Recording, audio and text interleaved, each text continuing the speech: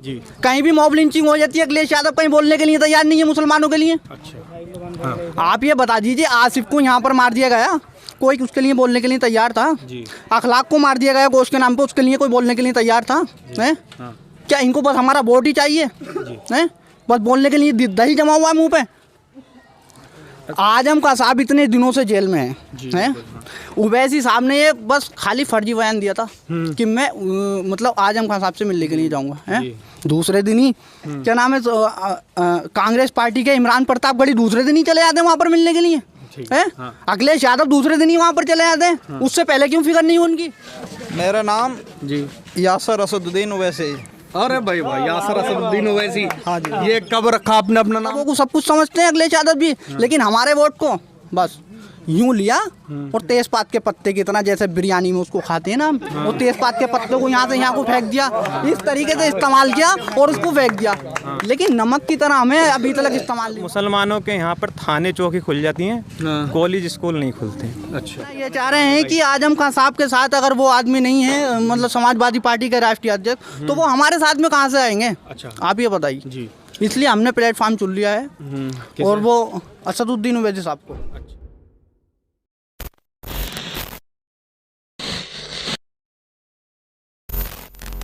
नमस्कार, आदाब। फैजान फारूकी नाम है मेरा और द पब्लिक व्यू देख रहे हैं आप। और इस वक्त मैं मौजूद हूँ पश्चिमी उत्तर प्रदेश के ज़िला संभल में, और ये संभल का गांव हसनपुर गांव है।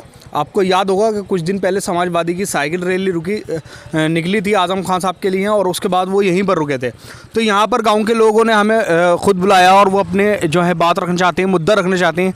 हम उनसे जानकारी लेंगे कि वो किसको मुख्यमंत्री के तौर पर देखना चाहते हैं, और अपने गाँव के लिए वो किसे देखना चाहते हैं विधायक, ताकि उनका गाँव का काम हो सके, गाँव का विकास हो सकता है। और बीते सालों में गाँव का कितना विकास हुआ है। हाँ जी सर, क्या नाम है आपका?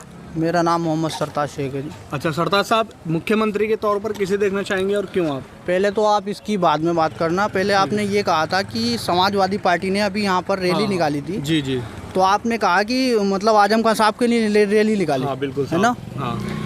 मतलब आजम खान साहब के लिए कौन सी रैली निकाली मेरे भाई? उनके अखिलेश यादव जी जो हैं, हाँ हाँ पार्टी के राष्ट्रीय अध्यक्ष होने के नाते, जी, मतलब आजम खान साहब के लिए एक लफ्ज बोलने के लिए तैयार नहीं है, और आप कहते हैं कि हम उनके लिए रैलियां निकाल रहे हैं। अच्छा। उनके लिए दो लफ्ज बोलने के लिए तैयार नहीं है मीडिया में आके। तो क्या उनके साथ कर रहे हैं कुछ? अच्छा। आप ये बताइए, अगर रैली का समर्थन करते हैं वो जी है, बिल्कुल। तो आजम खान साहब के लिए मीडिया में भी तो आगे बोल सकते हैं कि आजम खान साहब को रिहा करिए, वो निर्दोष है। हाँ, ठीक है। प्रेस कॉन्फ्रेंस में करना। इतने फर्जी मुकदमे उनके ऊपर लगवा दिए जाते हैं, हाँ। और वो कुछ भी नहीं कहता। अच्छा। ये कौन सा तरीका है उनका? हाँ। समाजवादी पार्टी के अंदर जो बड़े लीडर है ना मुस्लिमों के, हाँ। वो आजम खान साहब ही ठीक हैं, है। लेकिन वो इस टाइम जेल के अंदर है। हाँ बिल्कुल। और वैसे भी उनकी हालत थोड़ी नाजुक है। हाँ ठीक है। तो मतलब क्या कहना चाह रहे हैं आप इस बात से? हम कहना ये चाह रहे हैं कि आजम खान साहब के साथ अगर वो आदमी नहीं है, मतलब समाजवादी पार्टी के राष्ट्रीय अध्यक्ष, तो वो हमारे साथ में कहाँ से आएंगे? अच्छा। आप ये बताइए। जी। इसलिए हमने प्लेटफॉर्म चुन लिया है, और वो असदुद्दीन ओवैसी साहब को। अच्छा जी। असदुद्दीन ओवैसी साहब। लेकिन कहीं ना कहीं जब आपके ही शहर में भी जाकर, आपके गांव में भी, यहीं पर मैंने जब लोगों की बाइट ली थी, वो ये कह रहे थे कि ओवैसी साहब सीधा सीधा बीजेपी को फ़ायदा पहुंचाने जा रहे हैं, और जो है मुस्लिम वोटों का ध्रुवीकरण करते हैं, जिससे जो होता है मुस्लिम वोट बढ़ जाता है और सीधा फ़ायदा बीजेपी को होता है, समाजवादी हार जाती है। अच्छा भाई, आप ये बताइए, 2014 का पार्लियामेंट इलेक्शन हुआ, ठीक है है जी। उसमें आप ये बताइए, ओवैसी साहब पूरे उत्तर प्रदेश में अगर एक बार भी दौरा किया हो तो उन्होंने इस चीज़ का जवाब दीजिए आप। जी। आप हमसे ज़्यादा काबिल हैं, जी। मीडिया में हर वक्त रिपोर्टिंग करते हैं।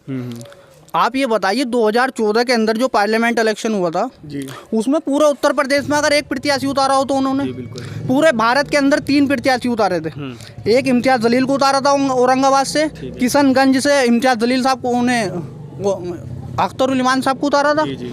और अपनी सीट पर तो हैदराबाद से वो लड़ते ही हैं, जी। जिसमें के उसमें एक सीट पे कामयाब हुए थे। 2019 का इलेक्शन हुआ, जी। 2019 के अंदर 3 लोकसभा उन्होंने उम्मीदवार उतारे, 3 में 2 पे कामयाब हो गए। ठीक है। वहाँ पर आप देख लीजिए, एमपी समाजवादी उसके क्या बोलते हैं, MIM पार्टी के औरंगाबाद से जो सांसद हैं, जी। जनाब इम्तियाज़ जलील साहब, जी। वहाँ पर 220 बेडों का हॉस्पिटल उन्होंने तुरंत ही जीतने के बाद में एकदम बनवा दिया। अच्छा। वहाँ पर आप देख लीजिए, मतलब MIM पार्टी के जहाँ भी प्रत्याशी जीतते हैं, वहाँ पर एकदम उन्हें ये मतलब नहीं है कि सरकार बनी या ना बनी, लेकिन उनका एक MP MLA के नाते जो फर्ज होता है जनता का वोट लेने के बाद में, वो उसको पूरा करके निभाते। अच्छा जी। तो आपके शहर के जो विधायक हैं, उन्होंने कितना काम किया आपके गांव के लिए? भाई साहब, आप कौन से रोड से आए पहले तो आप मुझे ये बता हाँ, दीजिए। इसी वाले रोड से आए ना, तो आपको खुद को हालत मालूम हो गई होगी कितना विकास कराया उन लोगों ने। मैं गांव के अंदरूनी विकास की बात कर रहा हूँ, अंदरूनी विकास। गांव के अंदरूनी अगर विकास की बात करोगे तो भाईजान आप यहाँ से आप हयात नगर रास्ते पर चले जाइए। मेरा बचपन गुजर गया यहाँ पर। मैं हयात नगर आदर्श पब्लिक स्कूल में पढ़ने जाता था पैदल वहाँ पर। तो ये समझ लीजिए जो रास्ता वो बचपन में देखा था मैंने, वही रास्ता आज है, आप जाके देख सकते हैं। ठीक है। और यहाँ से आप ये मतलब ये जो टावर वाला एरिया है, यहाँ टावर से लेके हैबतपुर चले जाइए आप। वहाँ पर जो पहले था रोड कच्चा, वही आज के दौर में डेवलपमेंट कहाँ करते हैं ये लोग। चुनाव के टाइम पर आते हैं कि बीजेपी आ जाएगी, हमको वोट दे दीजिए। हम इनको वोट दे देते हैं और उसके बावजूद भी हमारा कोई विकास नहीं कर पाते ये लोग। तो हम किस मुद्दों पर वोट देंगे ये बताइए आप। तो अब कैसे मतलब आपने ठान लिया है कि ओवैसी साहब को ही वोट देंगे? ओवैसी साहब को ही वोट देंगे, उनके एमएलए जीतेंगे। अखिलेश यादव खुद कहेंगे कि ओवैसी साहब आप हमारे पल्ले में आ जाइए, क्योंकि आपका ही पल्ला भारी है, आप हमारे पल्ले में आ जाइए। उसके बावजूद सरकार आपस में गठबंधन से करके चलाएंगे हम। हम ये कहना, जैसे बहुत टाइम से मांग उठ रही है कि हिस्सेदारी की मांग है, तो हिस्सेदारी यानी हिस्सेदारी चाहिए। अब कैसे आप ये बताइए, 14% दलित है, 7% यादव है। यादव को हम सीएम बना देते हैं, जी बिल्कुल। दलितों को सीएम बना देते हैं, मायावती जी को हम हैं, योगी जी सीएम बन जाते हैं। लेकिन मुस्लिमों का कहाँ हिस्सा है ये बता दीजिए आप हैं? आज भी दलितों से बदतर बुरी हालत हुई पड़ी है पूरे उत्तर प्रदेश में मुसलमानों की। कहीं भी मॉब लिंचिंग हो जाती है, अखिलेश यादव कहीं बोलने के लिए तैयार नहीं है मुसलमानों के लिए। आप ये बता दीजिए, आसिफ को यहाँ पर मार दिया गया, कोई उसके लिए बोलने के लिए तैयार था? अखलाक को मार दिया गया गोश्त के नाम पे, उसके लिए कोई बोलने के लिए तैयार था? हैं? क्या इनको बस हमारा वोट ही चाहिए हैं? बस बोलने के लिए दही जमा हुआ है मुंह पे। आजम का साहब इतने दिनों से जेल में है। ओवैसी साहब ने ये बस खाली फर्जी बयान दिया था कि मैं मतलब आजम खान साहब से मिलने के लिए जाऊंगा हैं। दूसरे दिन ही क्या नाम है कांग्रेस पार्टी के इमरान प्रतापगढ़ी दूसरे दिन ही चले जाते हैं वहाँ पर मिलने के लिए हैं। अखिलेश यादव दूसरे दिन ही वहाँ पर चले जाते हैं। उससे पहले क्यों फिक्र नहीं उनकी? अच्छा, यानी आपके कहने का मतलब कहीं ना कहीं वो वाला डर था कि अगर ओवैसी साहब और आजम खान साहब से मिलने चले गए तो उनका हो सकता है कुछ तालमेल मिल जाए और हमारा वोट बैंक सारा खत्म हो जाए। उनका ये मतलब। जी जी। अच्छा, तो मतलब जैसे ओवैसी साहब पे एक इल्जाम और लगता रहता है कि सेकुलर नहीं है, कम्युनलाइज करती है वो मुस्लिमों को। जैसे देख लेंगे मेरे चैनल पे ये वीडियो, अगर आप मेरी वीडियो देखते होंगे, उसमें एक बंदा ये कह रहा है कि जो काम आरएसएस करती है, हिंदू को लेकर चलती है, वही काम ओवैसी साहब सेम करते हैं मुस्लिम को भड़काने। आप उन्हें क्या जवाब देना चाहेंगे? आप ये बताइए, समाजवादी पार्टी के जो राष्ट्रीय अध्यक्ष हैं जनाब अखिलेश यादव जी, सुनील सिंह को आप जानते होंगे उनको। सुनील सिंह को अपनी पार्टी में सदस्यता दे देते हैं, उसको बड़े पैमाने पर रख के उसको अपने साथ में लेते हैं। सुनील सिंह का बयान आपने सुना होगा कि उन्होंने ये कहा है कि मुस्लिम औरतों को कब्र से निकाल कर रेप करने की बात कर रहे हैं वो हैं, तो हम उनके साथ में जाना पसंद करेंगे?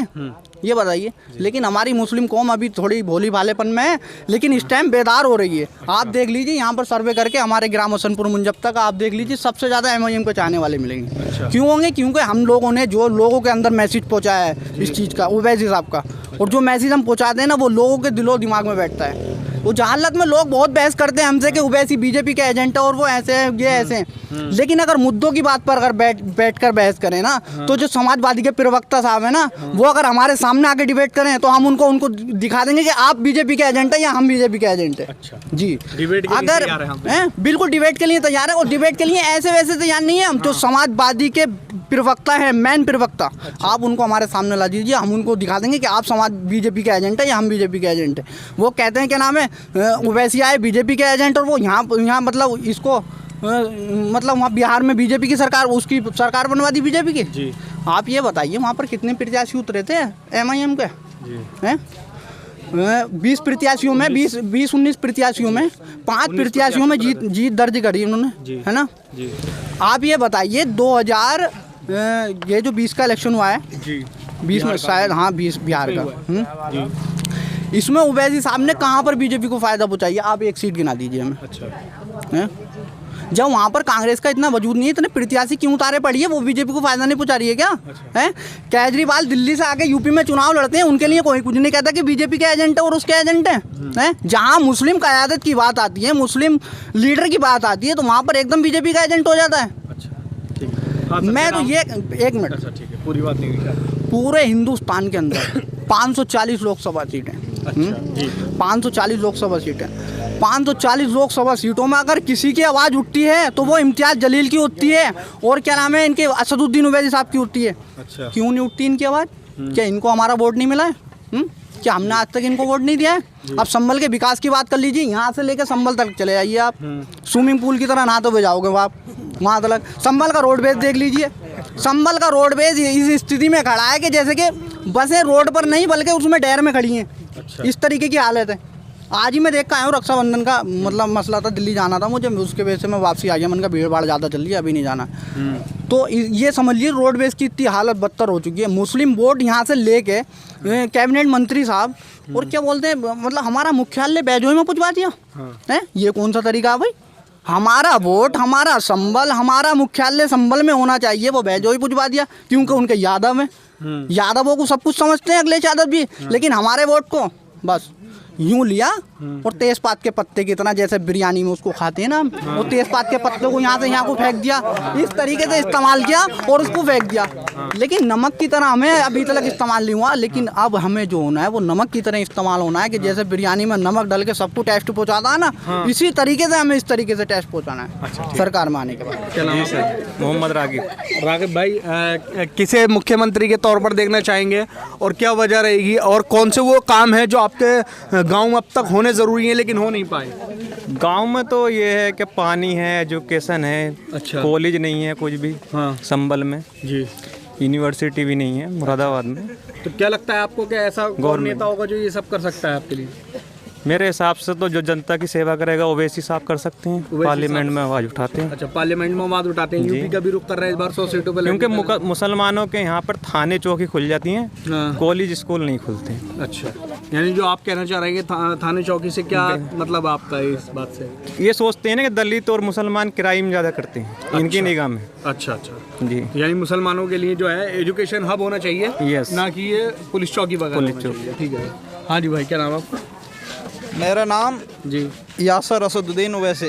अरे भाई भाई, यासर असदुद्दीन ओवैसी। हाँ जी। ये कब रखा आपने अपना नाम यासर असदुद्दीन जी, ओवैसी? मैंने कल रात में हाँ MAM के हाँ कार्यालय में गया थे जी। मेरी साहब इतनी सेवा हुई, हाँ। इतनी सेवा हुई, हाँ। जैसे मेरे घर में होती है ना, मेहमान आते हैं, हाँ। ऐसी सेवा करी तो बस उन्होंने। इसी सेवा की वजह से नाम रख लिया?